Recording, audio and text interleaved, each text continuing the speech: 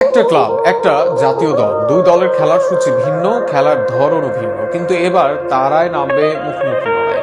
Vini রদ্রিগোদের ক্লাবের সঙ্গে এবার মুখোমুখি হবে তাদের জাতীয় দল। জুনের ফিফা উইন্ডোর পর ক্লাব ফুটবলের বিরোধিতা অনুষ্ঠিত হবে এই ম্যাচ, যা অনেকটা নিশ্চিত করেছেন ফ্যাব্রিজিও রোমানোর মতো সাংবাদিক। সব মিলিয়ে এই ম্যাচ নিয়ে বিস্তারিত থাকছে প্রতিবেদন।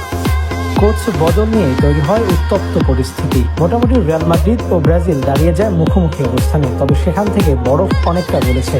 সম্পর্কে শীতলতার মাঝে তাই উত্তাপ যোগ করতে চায় ব্রাজিল দল, আর সেখানেই নিজেদের মাঝে খেলতে চায় ম্যাচ। পেছন থেকে আসা যাক একটু আঞ্চলিকটিকে নিয়ে ব্রাজিলের আলোচনা ও তার কোচ হওয়ার নিয়ে খবর নতুন নয়।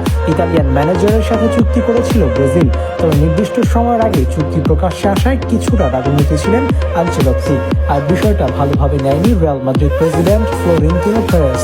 ফলে আঞ্চলিকটিকে আরো দীর্ঘ সময় রেখে ব্রাজিল থেকে বঞ্চিত করতে চান, তবে সেসব ঝামেলা তিন পক্ষ মিটিয়ে ফেলে বৈঠক শেষে।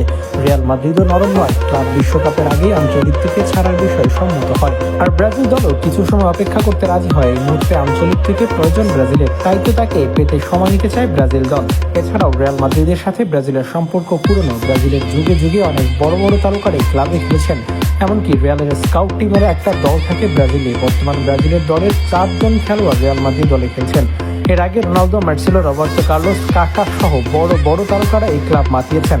ব্রাজিল ও রিয়াল মাদ্রিদের আলাদা যে সখ্যতা আছে তা তো অনুমেয়ই বটে, আর সেটাকে বজায় রাখতেই প্রীতি ম্যাচ খেলতে চায় দুই দল। এই মৌসুম শেষে লম্বা বিরতি পাবে রিয়াল মাদ্রিদ, আর ফিফা ফ্রেন্ডলির পর ব্রাজিলও পাবে কিছুটা নিজস্ব সময়। সেখানেই ক্লাবের প্রাক মৌসুমে ম্যাচ খেলতে চায় দুই দল। মূলত আঞ্চলিকটির আশা উপলক্ষে রিয়ালকেই ম্যাচ খেলতে আমন্ত্রণ পাওয়া পারে বিশ্ব চ্যাম্পিয়নদের। ব্রাজিলেই তাই হতে পারে এই দলের ম্যাচ। সেখানে দুই দলের হয়ে খেলবেন ভিনি, রদ্রিগো, এনরিকরা। হয়তো এক অর্ধে ব্রাজিলের হয়ে খেললে আরেক অর্ধে দেখা যাবে রিয়াল মাদ্রিদের হয়ে খেলতে। এবার দেখা যাক সর্বকালের সেরা দেশ ও ক্লাবের লড়াইয়ে কেমন রূপ নেয়। প্রীতি ম্যাচ হলেও যার দিকে কম আগ্রহ থাকবে না দর্শকদের।